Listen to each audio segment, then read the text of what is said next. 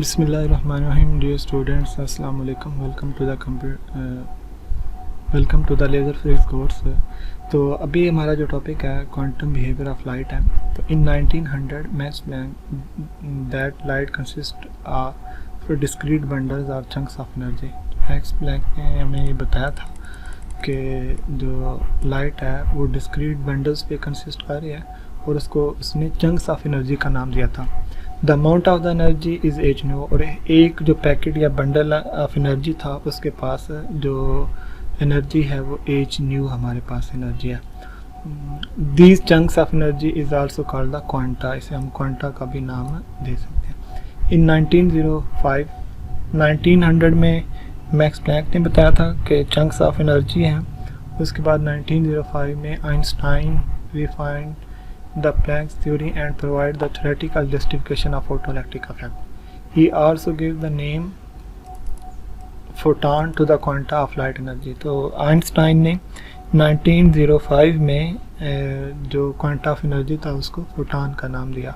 और जो photoelectric effect में थ्योरेटिकल और एक्सपेरिमेंटल रिजल्ट्स में कंट्राडिक्शन आ रहा था, जो प्रॉब्लम आ रहा था, उसने लाइट का पार्टिकल बिहेवियर या क्वांटम बिहेवियर कंसिडर करके उस प्रॉब्लम को भी सॉल्व किया इन 1905 में।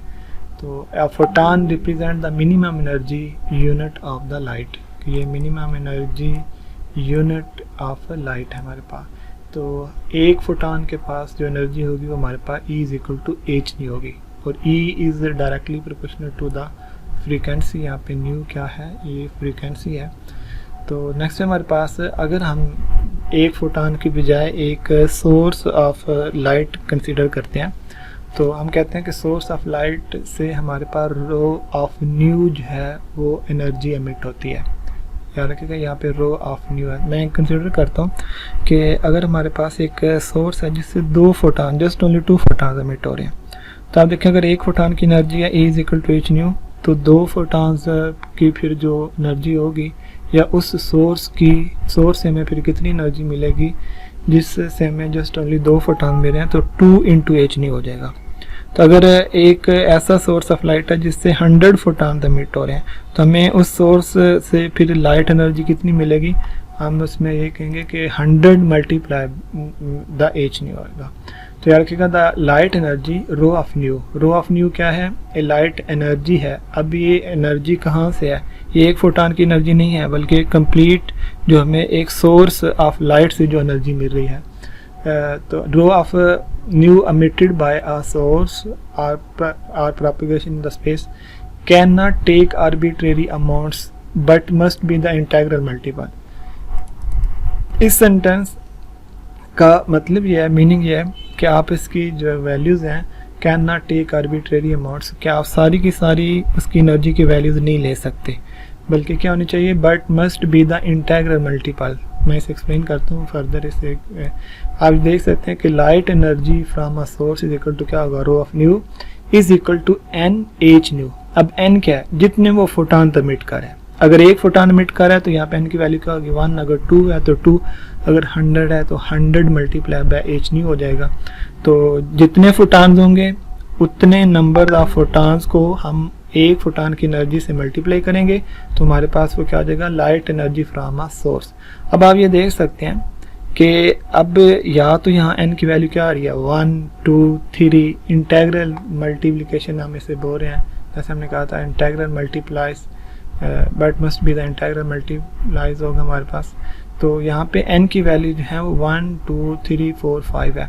ऐसा पॉसिबल नहीं है, ठीक है। जो ऊपर सेंटेंस मैंने अभी बताया तो मैं इसे एक्सप्लेन कर रहा हूँ कि rho of nu emitted by a source of propagation of space cannot take arbitrary amounts but must be the integral multiple। तो इसका मतलब यह है कि यहाँ पे जो एनर्जी होगी फ्रॉम अ सोर्स वो क्या होगी, या तो n की वैल्यू यहाँ 1 आएगी, या एच न्यू होगी, 2 एच न्यू होगी, 100 एच न्यू होगी, 1000 एच न्यू होगी। ऐसा पॉसिबल नहीं है कि यहाँ पे अगर 2 फोटॉन्स हैं तो यहाँ पे 2.5 एच न्यू लिखा है, 3.5 एच न्यू लिखा है, 1.5 एच न्यू लिखा है, ऐसा नहीं है, या तो 1 आएगा या 2 आएगा या 3 आएगा। तो अगर इस तरह से डिस्क्रीट नंबर्स आ रहे हैं तो हम इसे क्या कहेंगे, इंटीग्रल मल्टीपल्स। तो उम्मीद है आपको ये बात क्लियर होगी कि जो हमें light energy from a source मिल रही है उसमें वो क्या होगा, इंटीग्रल मल्टीपल्स होंगे। उसमें ऐसा नहीं हो सकता जी 3.5 एच न्यू हमें एनर्जी मिल रही है, हमें 100.5 एनर्जी मिल रही है, हमें 500.7 एनर्जी मिल रही है, ऐसा नहीं है। तो ये हमारे पास कुछ स्पेसिफिक डिस्क्रीट वैल्यू सेलेक्ट करेगा, तो वो हमारे पास क्या है, एन की वैल्यू क्या है, 1 2 3। उम्मीद है ये आपको पॉइंट क्लियर हो गया होगा कि एन की वैल्यू जो है वो हमारे पास यहाँ पे और डिस्क्रीट वैल्यूज हैं 1 2 3 4 है, तो हम इसे क्या बोलेंगे, इंटीग्रल मल्टीपल। अच्छा, नेक्स्ट हमारे पास the interaction of light with matter is better explained by using the concept of photon.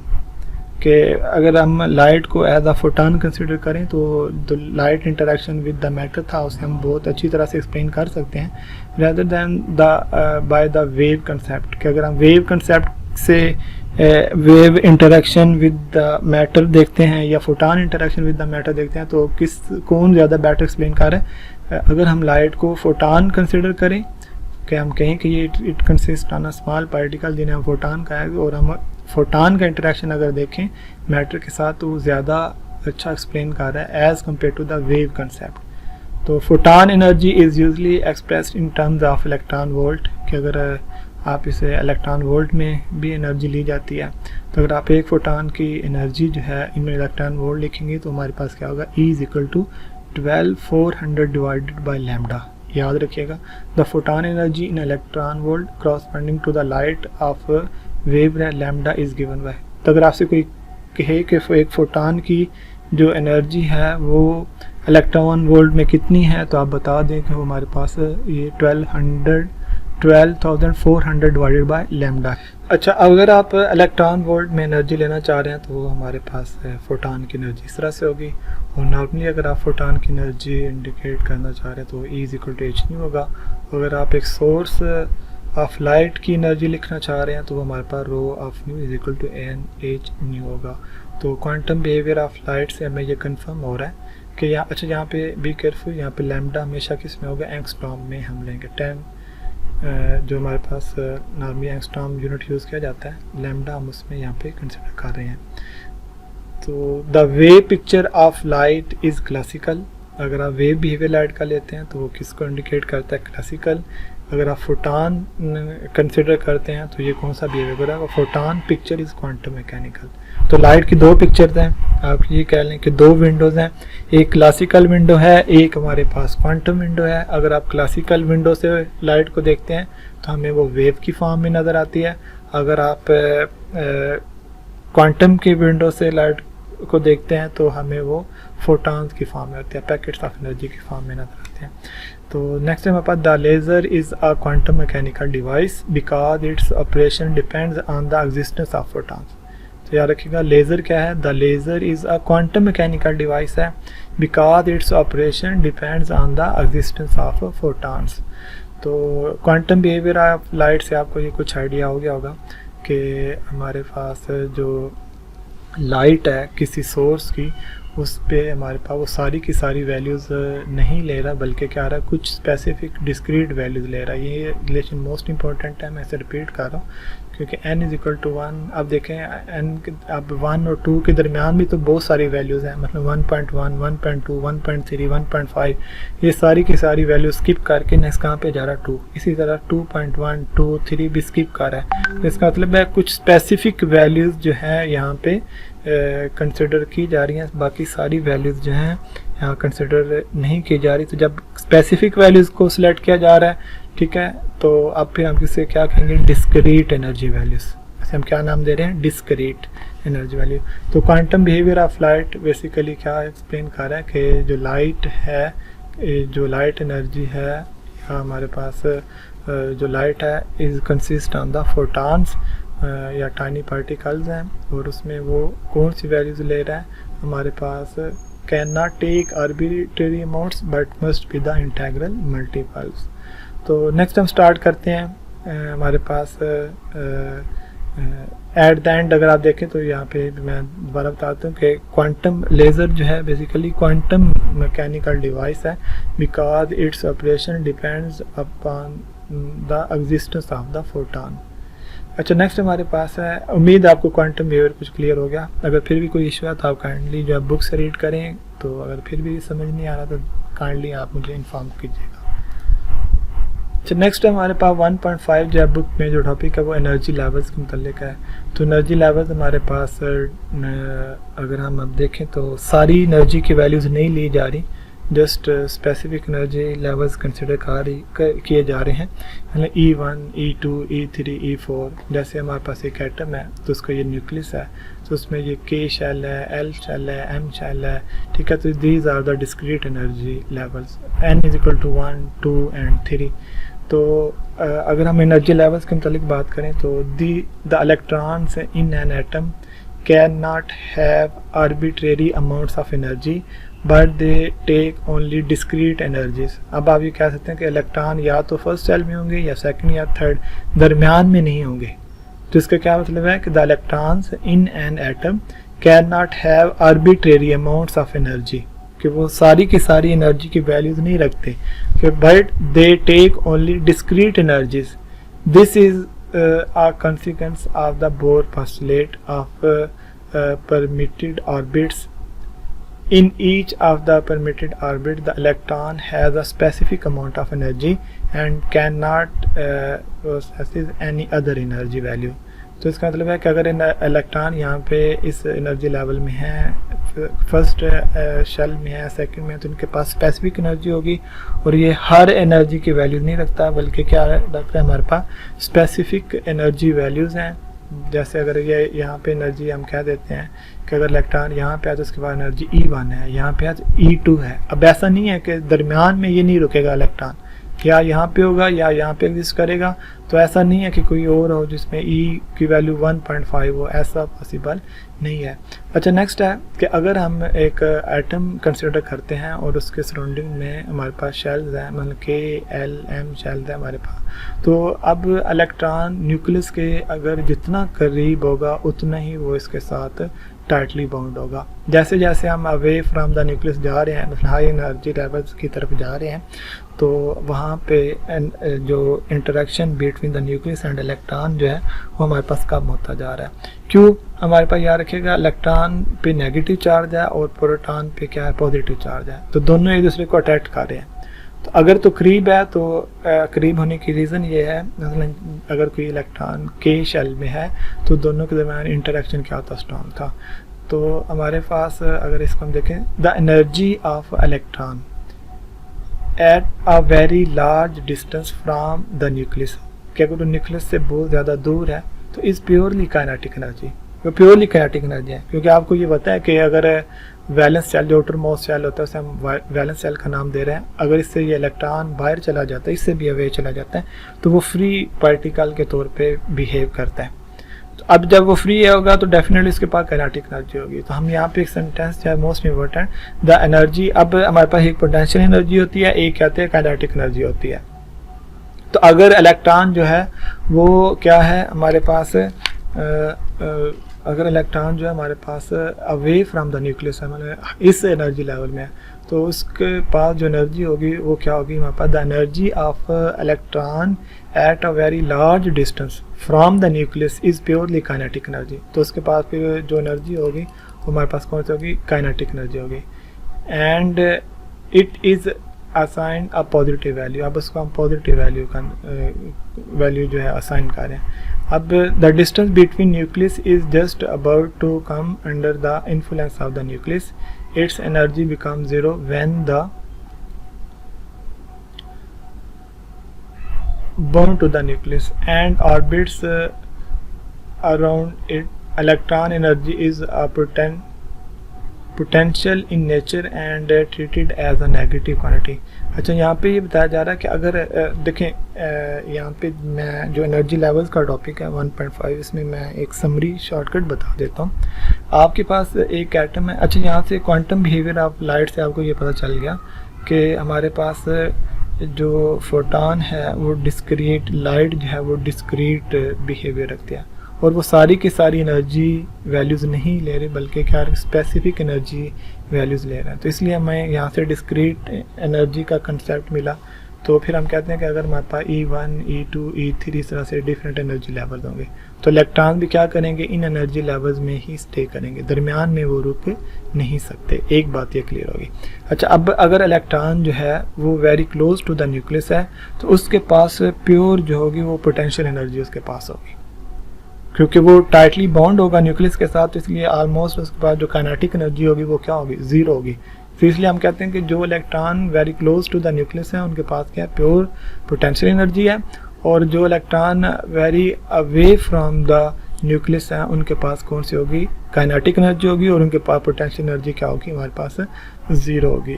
तो उम्मीद है ये कंसेप्ट भी आपको क्लियर हो। जो इलेक्ट्रॉन होगा वो हमारे पास क्या होगा, स्पेसिफिक अमाउंट ऑफ एनर्जी रखेगा। अगर इसमें है तो उसकी कुछ और एनर्जी होगी, E1 है, E2 है और E3 भी एनर्जी है हमारे पास है। तो उम्मीद है ये कंसेप्ट आपको क्लियर होगा। तो मज़ीद आप बुक से इसे स्टडी करें, अगर कोई इशू हो तो हम इसे पूछ सकते हैं।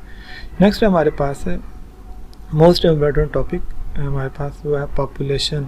क्या होता है हमारे पास, तो पॉपुलेशन को अगर हम डिफाइन करें तो इसकी डेफिनेशन हमारे पास है द नंबर ऑफ एटम्स पर unit volume that occupied by a given energy state is called the population of that energy state. हम कहते हैं हमारे पास ये एक energy state for example E1 है, ये E2 है। अब मैं कहता हूँ कि इस एनर्जी लेवल में जितने एटम्स मौजूद होंगे, क्या होंगे, जितने हमारे पास एटम्स मौजूद होंगे, अब उसको हम क्या कहेंगे, population of that energy level.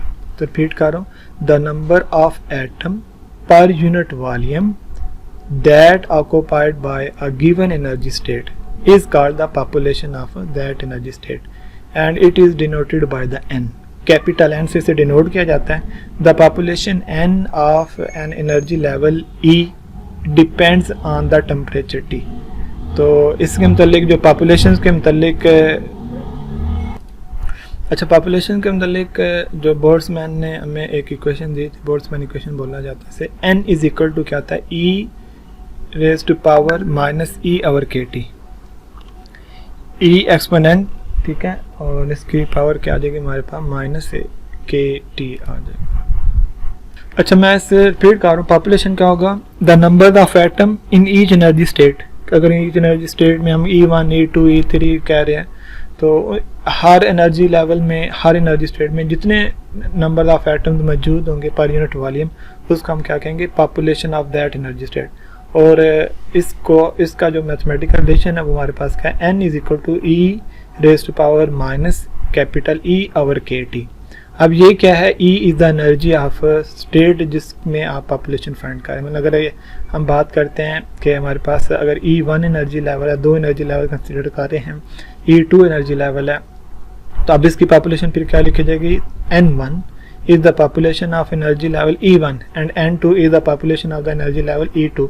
तो ये फिर मैथमेटिकल रिलेशन क्या बनेगा, N1 for this energy level E1, N1 is equal to E raised to power minus E1 over KT। इस तरह N2 के लिए हमारे पास रिलेशन क्या बन जाएगा, N2 is equal to E raised to power minus E2 over KT आ जाएगा। तो आप नेक्स्ट नोट्स में ये देख सकते हैं कि N1 is equal to E raised to power minus E1 over KT लिखा हुआ है, इक्वेशन नंबर 1 कह दिया, and N2 is the population of energy level E2 which is equal to E raised to power minus E2 over KT। 2 equation और 1 equation है, 2 divided by 1 करेंगे तो हमारे पास क्या आ जाएगा, N2 over N1। N2 over N1 is equal to हमारे पास क्या आ जाएगा, E raised to power minus E2 over KT। N2 की वैल्यू पुट की फ्रॉम इक्वेशन नंबर 2 और डिवाइडेड बाय क्या है, इक्वेशन नंबर 1 से जो वैल्यू पुट किया है, E raised to power minus E1 over KT आ गया। ठीक है, अब N2 over N1 क्या हम इसे कह रहे हैं, N1 is the population of energy level E1 and N2 is the population of the energy level E2। These are जो हमारे पास जो रेशियो आ रही है N2 over N1, इसको हम रिलेटिव पॉपुलेशन का नाम दे रहे हैं। यहाँ पे क्या नाम दे रहे हैं, रिलेटिव। आप ये कह सकते हैं या ये भी कह सकते हैं the ratio of population of energy level E2 to the population of the energy level E1। पर N2 over N1 है तो E raised to power minus E1 के टी को अगर मैं यहाँ पे डिनोमिनेटर से ऊपर लेके जाता हूँ तो ये प्लस हो जाएगा। तो फाइनली हमारे पास ये रिलेशन बन जाएगा n2 over n1 is equal to e की power minus e2 minus e1 over K T. अच्छा, अब e माइनस e1 क्या है? Is the difference between the two energy level. आप ये कह सकते हैं कि ये e2 था, ये e1 है, दोनों के दरमियान डिफरेंस कितना है? e2 minus e1। तो इसे हम किससे रिप्रेजेंट कर रहे हैं? डेल्टा ई से। तो यहाँ पे e2 माइनस e1 की जगह हम क्या पुट कर रहे हैं? Delta E. तो n2 over n1 is equal to क्या आ गया हमारे पास? e raise to power n2 over n1 is equal to क्या आ गया? e raise to power minus delta E over K T. तो यहाँ से n1 को मैं अगर यहाँ इस साइड पे लेके आता हूँ तो n2 इज इक्वल टू क्या आ जाएगा? n1 e raise to power minus delta E over K T. और ये जो हमारे पास इक्वेशन बनी है लास्ट में, इसको हम नाम दे रहे हैं रिलेटिव पॉपुलेशन। रिलेटिव पॉपुलेशन से मुराद है कि population of energy level E2 with respect to the population of energy level E1, दोनों एक दूसरे पे डिपेंड कर रहे हैं। आप देखें n2 डिपेंड कर रहा है किस पे? n1 पे कर रहा है। तो उम्मीद है ये आपको रिलेशन समझ आ गया होगा। तो मैं रिपीट कर देता हूँ इसको कि यहाँ पे n1 क्या है? Energy population of the energy level E1 and n2 is the population of the energy level E2। और दोनों का हमने मैथमेटिकल रिलेशन लिखे बाय यूजिंग दिस इक्वेशन। ये जो इक्वेशन है तो हमने कहा कि n1 is equal to e की power minus e1 over K T, n2 is equal to e की power minus e2 over K T है। दोनों को डिवाइड किया, रेशियो फाइंड किया, तो एट द एंड हमारे पास ये रिलेशन बन रहा है जिसे हम रिलेटिव पॉपुलेशन का नाम दे रहे हैं। अच्छा, नेक्स्ट ये जो भी मैं सेंटेंस बोल रहा हूँ इज द मोस्ट इम्पोर्टेंट। ठीक है जी, हमने पॉपुलेशन को डिस्कस कर लिया क्योंकि एट द एंड हम पॉपुलेशन इन्वर्जन की बात करेंगे। ठीक है जी, तो अगर आपका सिस्टम जो है एट थर्मल इक्विलिब्रियम है तो सबसे पहले हमें थर्मल इक्विलिब्रियम का पता होना चाहिए। अच्छा, सबसे पहले अभी हम जो डिस्कस कर रहे हैं आफ्टर द रिलेटिव पॉपुलेशन का मैथमेटिकल रिलेशन हमने फाइंड कर लिया। तो इस तरह से नेक्स्ट हमारे पास अगर आपके पास एक सिस्टम है तो वो क्या है? हमारे पास थर्मल इक्विलिब्रियम है। थर्मल इक्विलिब्रियम से ये मुराद है कि उस सिस्टम का टेम्परेचर जो है वो कांस्टेंट रह रहा है, उसमें हम कोई चेंजिंग नहीं कर रहे। In other words you can say that no exchange of energy.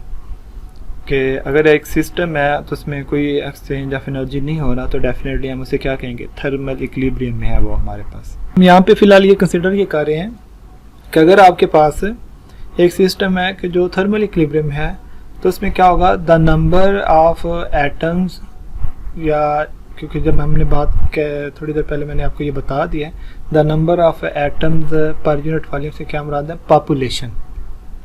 तो इसे हम ये भी कह सकते हैं कि at thermal equilibrium population at energy level decreases with increase of energy levels.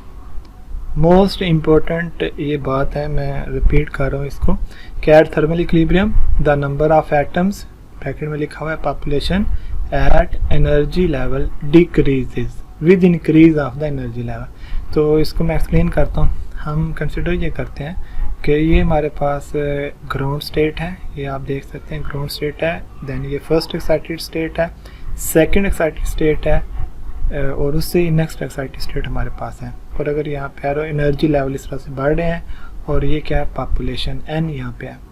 तब ये जो भी सेंटेंस लिखा हुआ है इसे मैं एक्सप्लेन कर देता हूँ कि अगर आपके पास एक ऐसा सिस्टम है कि जिसमें नो एक्सचेंज ऑफ एनर्जी हो रहा है, कि वो थर्मल इक्विलिब्रियम है, तो उसमें जो सबसे लोअर एनर्जी लेवल होगा, ठीक है, उसमें सबसे ज़्यादा पॉपुलेशन होगी।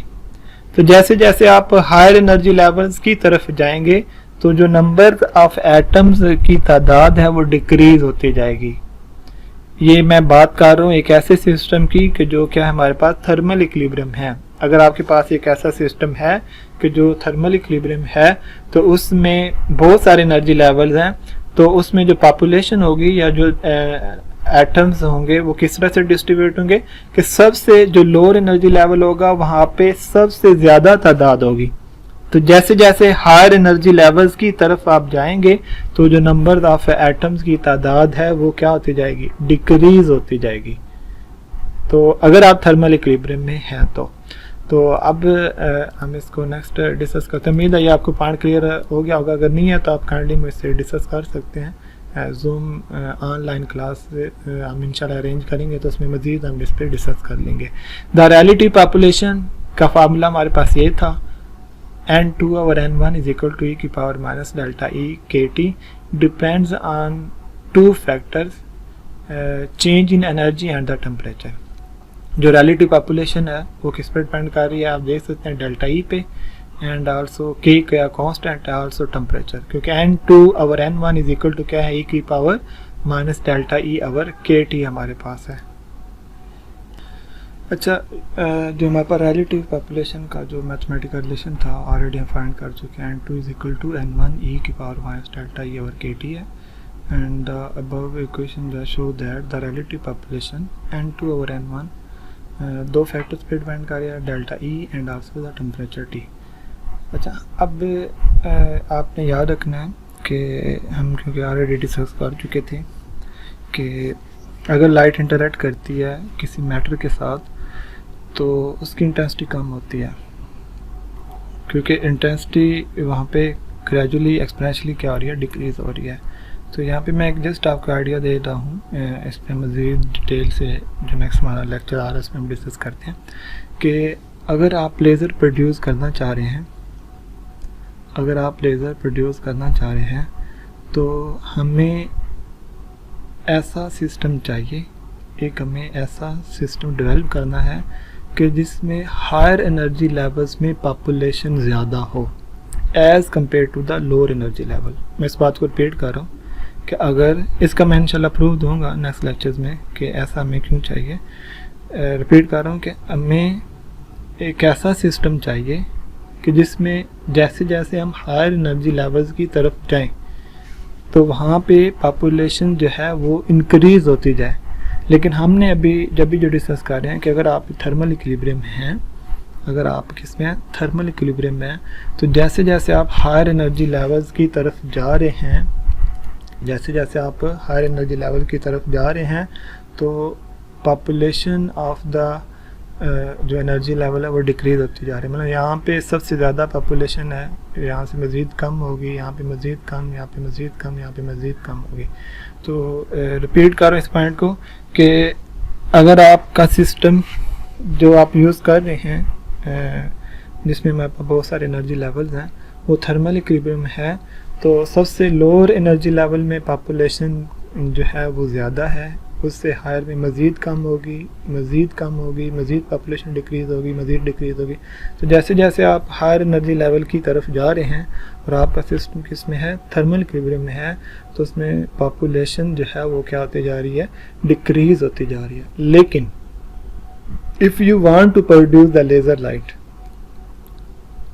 तो हमें क्या करना होगा कि हमें हायर एनर्जी लेवल्स में पॉपुलेशन मतलब यहाँ पे तादाद कम होनी चाहिए और यहाँ पे ज़्यादा, यहाँ पे और ज़्यादा। जैसे जैसे आप हायर एनर्जी लेवल्स में जा रहे हैं तो वहाँ पे हायर एनर्जी लेवल्स में पॉपुलेशन क्या होनी चाहिए, ज़्यादा होनी चाहिए। याद रखना आपने, इसके हमने उल्ट जाना है। तो अगर इस बात को मैं अगेन रिपीट कर रहा हूँ, अगर आपका सिस्टम थर्मल इक्विलिब्रियम में है, अगर आपका सिस्टम जो है थर्मल इक्विलिब्रियम में है तो लोअर एनर्जी लेवल्स में पॉपुलेशन क्या होगी, ज़्यादा होगी as compare to the higher energy level. या आप ये भी कह सकते हैं कि हायर एनर्जी लेवल में पॉपुलेशन क्या होगी, कम होगी as compare to the lower energy level. तो यहाँ पे अगर हम इन दोनों को कंपेयर करते हैं तो यहाँ पे एटम्स की तादाद कम है एज़ कम्पेयर टू दिस, और अगर हम इन दोनों को कंपेयर करते हैं इस दो एनर्जी लेवल को तो यहाँ पे एटम्स की तादाद कम है एज़ कम्पेयर टू दिस। तो रिलेटिव अगर हम देखें तो हायर एनर्जी लेवल में पॉपुलेशन क्या हो रही है, कम हो रही है। लेकिन हम लेज़र प्रोड्यूस करने के लिए हमारी रिक्वायरमेंट क्या है कि हायर एनर्जी लेवल में, अगर दो एनर्जी लेवल है तो हायर एनर्जी लेवल में पॉपुलेशन की तादाद क्या होनी चाहिए, ज़्यादा होनी चाहिए as compare to the lower energy level. तो अब आइए हम ये सीखते हैं कि हम हायर एनर्जी लेवल में कैसे जो है वो पॉपुलेशन जो है इंक्रीज़ कर सकते हैं as compare to the lower energy level. तो हमने अभी जो सिस्टम कंसिडर किया हुआ था, हम हमारे पास जो सिस्टम है वो थर्मल इक्विलिब्रियम में है। तो आप देख सकते हैं कि जो रिलेटिव पॉपुलेशन है वो हमारे पास दो पैरामीटर्स पे डिपेंड कर रही है, डेल्टा ई एंड टी। हम दोनों को चेंज करके देखते हैं। अब हमने क्या करना है, फॉर एग्जाम्पल हमारे पास दो एनर्जी लेवल हम यहाँ पे कंसिडर कर रहे हैं, एक है हमारे पास E1 और दूसरा क्या है हमारे पास E2। तो एक की एनर्जी E2 है, दूसरे की एनर्जी क्या है E1 है। और अब हम ये चाहते हैं कि अगर हम थर्मल इक्विलिब्रियम में हैं तो हमें ये क्लियर पता चल चुका है कि E1 में एनर्जी जो पॉपुलेशन है वो ज़्यादा होगी as compare to the E2। E2 में पॉपुलेशन वो क्या होगी, कम होगी as compare to the E1। ये सारी जो प्रेडिक्शन है हमें बोल्ट्जमैन डिस्ट्रीब्यूशन से हमें ये पता चला था, और बोल्ट्जमैन डिस्ट्रीब्यूशन की मदद से ही ये n = e की पावर -e(kT) जो है मैथमेटिकल रिलेशन हमें मिला था। तो फिलहाल हमने E1 और E2 कंसिडर किया। अब हम ये चाह रहे हैं कि ये दो एनर्जी एक ऐसा सिस्टम है जिसमें दो एनर्जी लेवल्स हैं, इसमें तादाद n1 है, इसमें तादाद कितनी n2 है। और अब हमारी रिक्वायरमेंट क्या है, if you want to produce the laser light, कि n2 को ज़्यादा होना चाहिए as compare to the n1। ठीक है जी। लेकिन अगर आप हमने थ्योरेटिकली ये पढ़ चुके हैं कि अगर आप थर्मल इक्विलिब्रियम में हैं तो क्या हमारे पास है n1 is greater than n2 है, n1 की तादाद क्या है हमारे पास ज़्यादा है as compare to the n2। अच्छा, अब हम ट्राई करते हैं कि किसी तरह से n2 को इंक्रीज़ कर दिया जाए as compare to the n1। तो अब अगर हम इसका जो मैथमेटिकल रिलेशन है रिलेटिव पॉपुलेशन का उसमें देखें तो n2 और n1 जिसे हमने रिलेटिव पॉपुलेशन का नाम दिया है इज़ इक्वल टू हमारे पास क्या रहा है e⁻⁻ delta E. Delta E क्या है, E2 - E1 और k यहाँ पे कांस्टेंट है। तो अब हम ट्राई करते हैं कि हम डेल्टा ई की वैल्यू चेंज करके देखते हैं, मे बी n2 की वैल्यू जो है वो ग्रेटर हो जाए, क्योंकि हमारी लेज़र लाइट प्रोड्यूस करने के लिए जो प्राइमरी कंडीशन क्या है कि n2 को ग्रेटर होना चाहिए as compare to the n1। तो हम ट्राई करते हैं कि डेल्टा ई को चेंज करके देखते हैं, मे बी n2 जो है ग्रेटर हो जाए n1 से, और मे बी टेम्परेचर चेंज करने से जो है वो हमारे पास n2 जो है ग्रेटर हो जाए n1 से। तो अभी हम जो नेक्स्ट डिस्कस करने जा रहे हैं फॉर सेक ऑफ एस्टिमेशन, हम क्या करने जा रहे हैं कि हम डेल्टा ई को चेंज करके देखते हैं एंड आल्सो टेम्परेचर को चेंज करके देखते हैं। और हम ये चेंज क्यों करने जा रहे हैं, हम ये कर रहे हैं क्या n2 जो है वो ग्रेटर हो सकता है n1 से, क्योंकि हमने ये अभी थोड़ी देर पहले पढ़ लिया है कि अगर आपका सिस्टम जो है थर्मल इक्विलिब्रियम में है तो उसमें n1 ग्रेटर होगा as compare to the n2 और n2 लेस होगा as compare to the n1। मैं बार बार रिपीट इसलिए कर रहा हूँ ताकि आपको ये कंसेप्ट जो है वो क्लियर हो जाए, आपको याद हो जाए कि हम क्या कर रहे हैं और हमें क्या चाहिए, हमारी रिक्वायरमेंट क्या है। अगर आपके पास सिस्टम थर्मल इक्विलिब्रियम में है तो n1 ग्रेटर होगा as compare to the n2। हमने एक ऐसा सिस्टम कंसिडर किया जिसमें दो एनर्जी लेवल है, बट अगर आप लेजर लाइट प्रोड्यूस करना चाहते हैं तो क्या होना चाहिए, n2 इज ग्रेटर देन क्या होना चाहिए, n1। तो आइए हम ट्राई करते हैं, क्योंकि हमने देख लिया जो रिलेटिव पॉपुलेशन है दो पैरामीटर्स पे डिपेंड कर रहे हैं, del E and also temperature. हम चेंज करके देखते हैं दोनों पैरामीटर्स को, मे बी हमें n2 जो है वो ग्रेटर देन n1 मिल जाए जब हमारे पास सिस्टम क्या था, थर्मल इक्विलिब्रियम में था।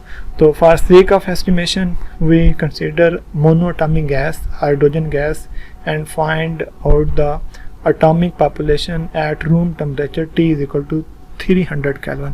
अच्छा, थर्मल इक्विलिब्रियम से ये मुराद है कि उस सिस्टम का टेम्परेचर चेंज नहीं हो रहा, क्योंकि ना एक्सचेंज ऑफ एनर्जी हो रहा है, ना एनर्जी आ रही है ना जा रही है इसमें, तो डेफिनेटली उसका फिर टेम्परेचर क्या रह रहा है, कांस्टेंट अगर रह रहा है तो हम उसे क्या कहेंगे, वो सिस्टम जो है थर्मल इक्विलिब्रियम है। तो हमने कंसिडर किया कि हमारे पास एक सिस्टम है जिसमें हाइड्रोजन गैस है मोनोएटॉमिक, और उस सिस्टम का टेम्परेचर कितना है, 300 केल्विन। अब हम इसे चेंज नहीं कर रहे, तो दैट्स वाई ये सिस्टम फिर किस में होगा, थर्मल इक्विलिब्रियम में। हम इसमें कंसिडर ये करते हैं कि E1 हमारे पास ये है हाइड्रोजन गैस में, E1 जो एनर्जी है, और E2 हमारे पास इतनी एनर्जी है। अब डेल E हम फाइंड करते हैं तो हमारे पास डेल E 10.21 इलेक्ट्रॉन वोल्ट आ चुके हैं। अच्छा, अब इसमें KT अगर हम फाइंड करते हैं तो K into del E find कर लिया, KT हमने फाइंड कर लिया, K की वैल्यू हमारे पास ये है और T टेम्परेचर 300 था तो 0.025 इलेक्ट्रॉन वोल्ट आ जाएगा। तब हम यहाँ से n2 और n1 फाइंड करते हैं, तो यहाँ पे वैल्यू पुट की, n2 और n1 इज इक्वल टू क्या, e की पावर माइनस डेल ई और KT। तो ये जब आप वैल्यू पुट की तो ये ऑलमोस्ट इक्वल टू 0 आ रहा है। तो इसका क्या मतलब हुआ, n2 और n1 अगर ये 0 है तो इसका मतलब है n2 इज इक्वल टू 0 है, कि अगर आप टेम्परेचर कितना सेट कर रहे हैं सिस्टम का, 300 केल्विन, और एनर्जी डेल ई कितनी ले रहे हैं, फर्क जो है 10.21 इलेक्ट्रॉन वोल्ट है, तो n2 हमारे पास क्या आंसर आ रहा है, 0 आ रहा है। इसका ये मतलब है कि N2 इज़ कम्प्लीटली, जो E2 एनर्जी लेवल है वो कम्प्लीटली एम्प्टी है, वहाँ पे कोई भी एटम मौजूद नहीं है। अच्छा, यहाँ पे रिपीट कर रहा हूँ कि इसमें देखिए T फिक्स रखा है हमने 300 का, चेंज नहीं कर रहे, तो दैट्स वाई ये सिस्टम किस में है। ये भी हम जितनी भी डिस्कशन कर रहे हैं ये किस में डिस्कस कर रहे हैं कि थर्मल इक्विलिब्रियम की हम बात कर रहे हैं। तो अगर आप थर्मल इक्विलिब्रियम है और उस सिस्टम का टेम्परेचर कितना है 300 केल्विन है, तो हमारे पास almost N2 is equal to क्या है, 0 है।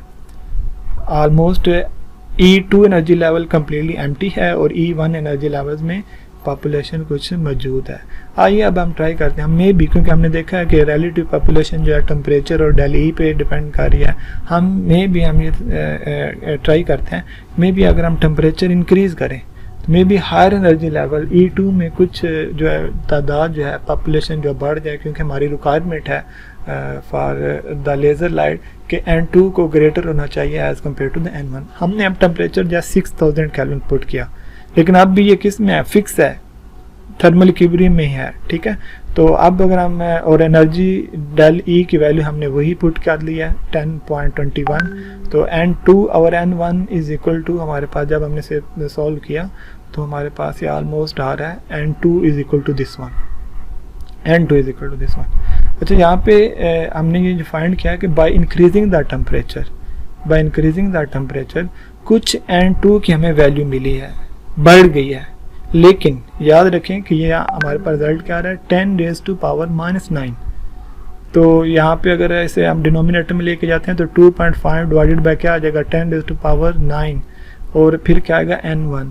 तो इसका क्या मतलब है कि मैं we thus find out that at thermal equilibrium more atoms are in the lower energy level than in the higher energy state.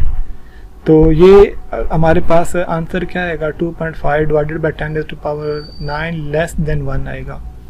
तो याद रखें, यहाँ पे मैं एक चीज़ एक्सप्लेन कर देता हूँ कि अगर यहाँ पे दो एनर्जी लेवल्स हैं, मैं इसको रिपीट करता हूँ, अगर तो ये दोनों जो है N1 और N2 जो है दोनों की रेशो हमारे पास इक्वल है, N1 इज इक्वल टू हमारे पास क्या N2 है। अच्छा, अगर आप दो जो हमारे पास डिफरेंट क्वांटिटीज़ हैं उनके दरमियान रेशो लेते हैं ना, जैसे N1 और N2, हम N2 और N1 फाइंड कर रहे हैं, अगर N2 और N1 इक्वल टू 1 आ जाता है तो इसका मतलब है दोनों इक्वल हैं। अगर N2 और N1 ग्रेटर देन 1 आ जाता है तो इसका मतलब है कि N2 जो है वो ग्रेटर था, इसलिए N1 जो है वो लेस है, तो इसलिए ग्रेटर देन 1 है तो इसका मतलब है N2 ज़्यादा है, सेकंड क्वांटिटी जो है वो ज़्यादा। अगर लेस देन 1 आ रहा है दोनों का रेशो तो इसका मतलब है N2 की वैल्यू कम है और N1 की वैल्यू डिनोमिनेटर में ग्रेटर है हमारे पास। अच्छा, मैं बता रहा था कि अगर दो क्वांटिटीज़ के दरमियान आप रेशो ले रहे हैं, A ओवर B कर रहे हैं, अगर A over B is equal to 1 आ जाता है तो इसका मतलब A और B दोनों इक्वल हैं। अगर A और B ग्रेटर देन 1 आ जाता है तो इसका मतलब है A की वैल्यू ज़्यादा है as compare to the B। अगर A और B लेस देन 1 आ जाता है ना तो इसका मतलब है कि B ज़्यादा है, डिनोमिनेटर में वैल्यू क्या जाता है। उम्मीद है ये रेशो का किस तरह फाइंड करता है आपको ऑलरेडी पहले पता होगा। अच्छा, अब देखिए हमने टेम्परेचर बढ़ाया क्योंकि हमने देखा था कि रिलेटिव पॉपुलेशन जो है टेम्परेचर पे डिपेंड कर रही है, आल्सो डेल ई पे। अभी हम फिलहाल टेम्परेचर चेंज करके देख रहे हैं कि may be by changing the temperature कि उसकी वैल्यू बढ़ाने से, ठीक है, हम रख फिक्स ही रहे हैं, ऐसा नहीं है कि हम एक सिस्टम जो है उसमें पहले 300 किया फिर 6000 किया, नहीं। T is equal to 300 kelvin अलग से कोई सिस्टम था, हमने देखा वहाँ पे N2 0 आ गया, लेकिन हमारी रिक्वायरमेंट क्या थी N2 ग्रेटर देन N1 आना चाहिए था। अब हमने कहा कि मे बी टेम्परेचर कम था, हम बढ़ा के देखते हैं, हमने 6000 केल्विन तक बढ़ा दिया। तो अब जब हमने इसका 6000 केल्विन तक टेम्परेचर बढ़ाया है तो आप देख सकते हैं N2 इज इक्वल टू हमारे पास क्या आ रहा है N1 और ये साफ फैक्टर आ रहा है, तो 10⁻⁹ था और डिनोमिनेटर में 10⁻⁹ जाएगा, तो यहाँ पे जो इसका आंसर आएगा N2 वो कुछ यहाँ पे पॉइंट्स में आएगा। तो जो भी हमारे पास आंसर आ रहा है, अगर N2 और मैं N1 को मैं इस साइड पे लेके आ जाता हूँ तो इक्वल टू लेस देन 1 यहाँ पे आंसर आएगा हमारे पास, आप कैलकुलेट कर सकते हैं। n2/n1, ये जो n2/n1 है ये मैंने बताया था, अगर तो ये ग्रेटर देन 1 आ जाता तो इसका मतलब है n2 की वैल्यू ज़्यादा है एज कम्पेयर टू n1। अगर ये 1 है तो दोनों इक्वल हैं, अगर लेस देन 1 है तो n1 की तादाद जो है वो ज़्यादा है। तो अब यहाँ पे ये लेस देन 1 आ रहा है आंसर, तो इसका मतलब है अभी भी n1 की तादाद क्या है, ज़्यादा है as compare to the n2। तो लेकिन हमें तो क्या चाहिए था, n2 की वैल्यू वो ज़्यादा चाहिए थी as compare to the n1। तो हमने ये देखा कि बाय इंक्रीजिंग द टेम्परेचर तो भी हमारे पास n2 जो है वो ग्रेटर नहीं हुआ as compare to the n1, अगर आपके पास सिस्टम किस में है, थर्मल इक्विलिब्रियम में है। तो we thus find out that at thermal equilibrium more atoms are in the lower energy level than in the higher energy state. Such distribution of atom is called the normal distribution. तो normal distribution हमारे पास इस तरह से होती है। अच्छा, thermal collisions on one hand make some atoms jump to the higher energy state but on other hand bring some atoms down to the lower energy state. कहते हैं कि अगर हम टेम्परेचर बढ़ा रहे हैं ना किसी सिस्टम का, और से हमने टेम्परेचर इसलिए बढ़ाया ताकि वहाँ पे हायर एनर्जी लेवल में तादाद ज़्यादा हो जाए। तो वो कहते हैं कि अगर वो हायर एनर्जी लेवल में तादाद ज़्यादा कर रहा है बाय इंक्रीजिंग द टेम्परेचर में तादाद ज़्यादा हो रही है, तो उसी के साथ साथ जो हायर एनर्जी लेवल में एटम है वो वापस भी साथ साथ आ रहे हैं। तो इसलिए कभी भी by increasing the temperature of system, मतलब आप 300 कैलोन आपने देख लिया, 6000 कैलोन आपने देख लिया, अगर आपके पास सिस्टम किस में है, थर्मल इक्विलिब्रियम में है, आप जितना मर्जी टेम्परेचर बढ़ा लें कभी भी n2 की वैल्यू जो है वो ज़्यादा नहीं हो सकती as compare to the n1। So on the whole Boltzmann distribution will be maintained. तो इसे हम बोल्ट्जमैन डिस्ट्रीब्यूशन कहते हैं। बोल्ट्जमैन डिस्ट्रीब्यूशन के अकॉर्डिंग क्या है, बोल्ट्जमैन में क्या होता था कि लोअर एनर्जी लेवल में तादाद क्या होगी, ज़्यादा होगी as compare to the higher energy level. तो हमारे पास नेक्स्ट है, हम मज़ीद इसमें देखते हैं कि अगर हमारे पास हम डेल्टा ई पे भी तो रिलेटिव पॉपुलेशन डिपेंड कर रही है, तो हम डेल्टा ई को चेंज करके देखते हैं। The fraction of excited atom would be larger if the energy levels are close to each other. कि अगर मे बी यहाँ पे gap between the energy level बहुत ज़्यादा था तो इसलिए n2 की तादाद ज़्यादा नहीं हुई। तो हम जितना गैप कम करेंगे उतने ज़्यादा चांसेस हैं कि हायर एनर्जी लेवल में तादाद ज़्यादा हो। तो द टेम्परेचर हम कहते हैं कि अगर हम बहुत कम कर लें एनर्जी लेवल तो भी n2 की वैल्यू बढ़ सकती थी, और अगर टेम्परेचर जो है, क्योंकि देखिए हमने 300 पे कोई भी एटम n2 में मौजूद E2 में मौजूद नहीं था, लेकिन हमने 6000 कैलोन तक टेम्परेचर बढ़ाया तो वहाँ पे हमने देखा कुछ एटम जो है E2 में चले गए थे। तो मे बी अब हम मैक्सिमम वैल्यू पुट करते हैं, अगर हम टेम्परेचर जो है अप्रोचेस टू इनफाइनाइट पुट कर देते हैं, बहुत ज़्यादा हमने टेम्परेचर बढ़ा दिया, तो मे भी बहुत सारे एटम जो है E1 से जंप करके E2 में चले जाएं। क्योंकि हमारी रिक्वायरमेंट क्या है, रिपीट करो, बार बार मैं ये बात रिपीट कर रहा हूँ, हमारी रिक्वायरमेंट ये है कि हायर एनर्जी लेवल्स में पॉपुलेशन ज़्यादा होनी चाहिए, जिसको हम पॉपुलेशन इन्वर्जन का नाम देते हैं। ठीक है, हम क्यों कर रहे हैं इंशाल्लाह हम नेक्स्ट जो फिनोमिना डिस्कस कर रहे हैं हम उसमें डिटेल में जाते हैं। तो अब इसके लिए हम एक और काम करते हैं। सेकंड जो है टेम्परेचर हम इनफाइनाइट को अप्रोच करवा देते हैं, और डेल्टा ई मैक्सिमम तो यही हो सकता है ना, टेम्परेचर इनफाइनाइट चला जाए, और डेल्टा ई मिनिमम हम पुट करते हैं 0। तो जब आप इस मैथमेटिकल रिलेशन जो रिलेटिव पॉपुलेशन था उसमें डेल्टा ई 0 पुट किया और टी की वैल्यू इनफाइनाइट अप्रोच की, तो हमारे पास n2/n1 किसके इक्वल आ रहा है, 1 के। जिसका ये मतलब है कि n2 is equal to n1 हो गया। तो आपने मैक्सिमम टेम्परेचर पुट किया, T अप्रोचेस टू इनफाइनाइट, और minimum energy del E is equal to 0 put किया। तो हमने देखा n2 is equal to n1, जितनी तादाद n1 में थी उतनी तादाद क्या हो चुकी है, n2 में हो चुकी है। लेकिन फिर भी जो है हमारे पास n2 ग्रेटर देन n1 नहीं हुआ। तो अब देखें, इससे टेम्परेचर हम मजीद इंक्रीज भी नहीं कर सकते, डेल्टा ई से हम कम भी नहीं कर सकते। तो इसका ये मतलब हुआ एट द एंड हमें फाइनली जो हमें ये जो क्लियर नज़र आ रहा है कि अगर आपका सिस्टम जो है थर्मल इक्विलिब्रियम में है और इवन आप टेम्परेचर इनफाइनाइट को अप्रोच करवाते हैं, इवन आप delta E is equal to 0 put कर दें, no gap between the two energy level, तो फिर भी n2 हायर एनर्जी लेवल में तादाद जो है एटम्स की कभी भी वो इंक्रीज नहीं होगी as compare to the lower energy level. तो ये जो डिस्ट्रीब्यूशन थी जिसके अकॉर्डिंग अगर आपका सिस्टम जो है थर्मल इक्विलिब्रियम में है तो कभी भी हायर एनर्जी लेवल में तादाद जो है एटम्स की बढ़ नहीं सकती। तो हम फाइनली फिर ये कह सकते हैं कि अगर आप लेज़र प्रोड्यूस करना चाहते हैं तो फिर हम ऐसे सिस्टम को यूज़ नहीं करेंगे which is in the thermal equilibrium, क्योंकि लेज़र प्रोड्यूस करने के लिए हमें क्या चाहिए, N2 ग्रेटर देन N1 होना चाहिए। तो अगर आप यहाँ पे आप पढ़ चुके हैं कि अगर थर्मल इक्विलिब्रियम में सिस्टम है और इवन आप टेम्परेचर इनफाइनाइट को अप्रोच कर रहे हैं तो कभी भी N2 जो है वो ग्रेटर देन N1 नहीं हो सकता। तो फिर आप नेक्स्ट फाइनली हम ये कह सकते हैं कि अगर आप लेज़र प्रोड्यूस करना चाह रहे हैं, अगर आप लेज़र प्रोड्यूस करना चाह रहे हैं तो हमें फिर एक ऐसा सिस्टम सेलेक्ट करना होगा which is in not in equilibrium, कि जो इक्विलिब्रियम में नहीं है। ठीक है, अगर तो इक्विलिब्रियम है तो फिर तो कभी भी लेज़र प्रोड्यूस नहीं कर सकते।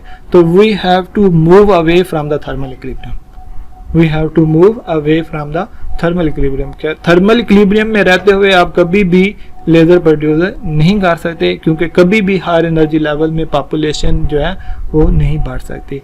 तो अगर आप किसी तरह से हायर एनर्जी लेवल में पॉपुलेशन जो है वो इंक्रीज कर देते हैं as compare to the lower energy level, ठीक है, तो इस फिनोमेना को हम क्या कहते हैं, पॉपुलेशन इन्वर्जन। मजीद डिटेल्स आ रही है नेक्स्ट लेक्चर में, तो हम इसमें देखते हैं। अच्छा, यहाँ आप देख सकते हैं टी अप्रोचेस इनफाइनाइट भी है, यहाँ इनफाइनाइट पुट किया तो N2 ओवर N1 फिर भी इक्वल हुए, लेकिन N2 की तादाद जो ज़्यादा नहीं हुए।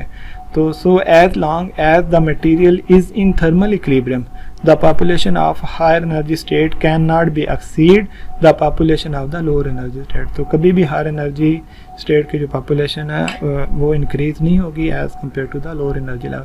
उम्मीद है ये पॉइंट्स क्लियर हो गए होंगे। तो आज की इस वीडियो में हमने क्वांटम बिहेवियर देखा और उसमें हमने ये देखा कि E equal to H nu होता है, और आल्सो हमने अगर एक कंप्लीट सोर्स ऑफ लाइट की एनर्जी देखना चाह रहे हैं तो rho nu is equal to NH nu होगा, और वो डिस्क्रीट एनर्जी वैल्यूज सेलेक्ट लेगा, ऑल जो है आर्बिट्रेरी एनर्जी वैल्यूज नहीं लेगा। और उसके बाद अगर आप एंगस्ट्रॉम में एनर्जी ऑफ फोटॉन देखना चाह रहे हैं तो हमारे पास क्या था, 12400 डिवाइडेड बाय क्या था, लैम्डा, और लैम्डा क्या था हमारे पास एंगस्ट्रॉम में था। उसके बाद हमने मोस्ट इंपॉर्टेंट आज का जो टॉपिक डिस्कस कर लिया अबाउट द पॉपुलेशन। तो पॉपुलेशन क्या होता है हमारे पास, the numbers of atom per unit volume in each energy state is called the population. Population क्या है, आबादी। अगर मैं उर्दू में ट्रांसलेट कर, जितने ज़्यादा एक घर में जितने ज़्यादा पर्सन मौजूद हैं उतनी उसकी पॉपुलेशन जो है वो ज़्यादा है। ठीक है, तो यहाँ पे एटम्स की हम पॉपुलेशन को डिस्कस कर रहे हैं। एक एनर्जी स्टेट में जितने ज़्यादा एटम मौजूद हैं उतनी ज़्यादा पॉपुलेशन है। तो हमने एट द एंड देख लिया कि हमने ये कंसिडर ये किया था कि अगर आपके पास सिस्टम जो है वो थर्मल इक्विलिब्रियम में है तो कभी भी N2 ग्रेटर देन N1 नहीं हो सकता। कभी भी हायर एनर्जी लेवल्स में एटम्स की तादाद as compare to the lower energy level वो बढ़ नहीं सकती। तो फिर हमें तो लेज़र के लिए एक ऐसा सिस्टम चाहिए था कि जिसमें हायर एनर्जी लेवल में तादाद क्या हो, हमारे पास ज़्यादा हो as compare to the lower energy level. तो अब नेक्स्ट ये क्वेश्चन बनता है, आप ये डेफिनेटली सोच रहे होंगे कि हायर एनर्जी लेवल में तादाद क्यों ज़्यादा होनी चाहिए as compare to the lower energy level for the production of the laser light. तो आइए इसके लिए हम नेक्स्ट लेक्चर में डिस्कस करते हैं कि हायर एनर्जी लेवल में हमें तादाद क्यों ज़्यादा चाहिए as compare to the lower energy level. तो इंशाल्लाह हम नेक्स्ट लेक्चर में इसे मज़ीद डिटेल में डिस्कस करते हैं। Thank you for watching this video.